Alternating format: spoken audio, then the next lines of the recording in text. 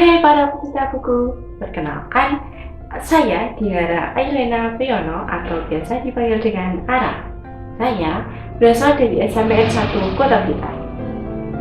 Hari ini saya akan meresensikan naskah kuno yang bertajuk Petualangan Selarasa. Buku ini ditulis oleh Indriani, diterbitkan oleh Perpusnas Press anggota IKI pada tahun 2024. Lalu, buku ini memiliki jumlah halaman 167 dan berdimensi 24 x 16 cm. Indriani adalah wanita kelahiran 1988 asal Medan. Indriani memiliki hobi membaca dan juga menulis ulasan pada buku-buku yang telah ia baca.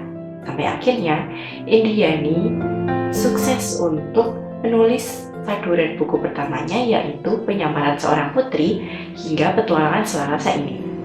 Saya memilih buku Petualangan Selarasa untuk saya bahas karena bagian covernya yang unik.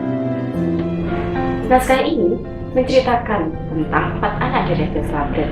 Raja Slabret adalah raja yang alim dan cakap dalam memimpin negerinya.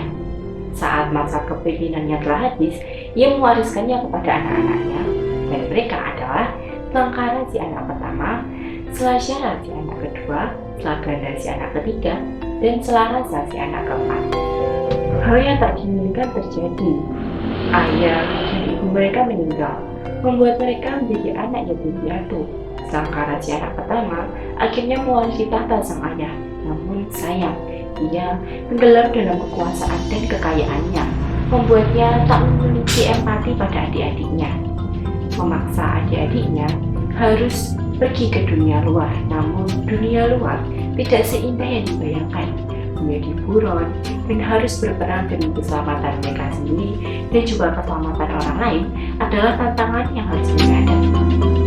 Naskah ini bertemakan petualangan dan aksi, dengan menceritakan perjuangan Selasyara, Selaganda, dan Selarasa yang harus bertahan hidup dan beradaptasi di dunia luar.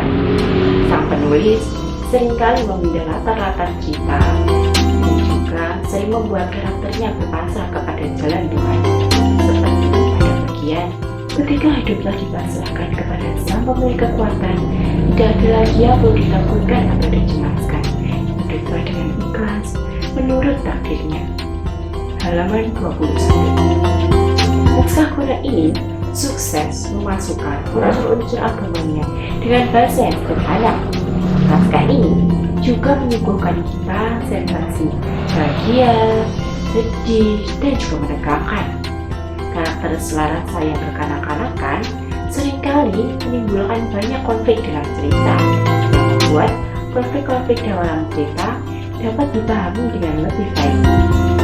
Namun sayangnya, konflik yang dihadirkan selalu sama, dan tuntutan cerita selalu melompat-lompat yang mungkin akan menyusahkan beberapa pembaca.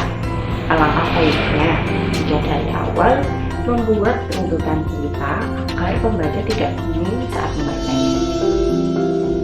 Membaca naskah kuno ini membuat saya lebih menyadari tentang agama yang saya anut. Naskah kuno ini mengajari kita bahwa selama kita mempercayai Tuhan, niscaya Tuhan akan menyelamatkan kita dari mara bahaya. Tak hanya itu, kita juga diajarkan untuk tidak sombong, karena pada akhirnya sombong hanya akan menyulut masalah.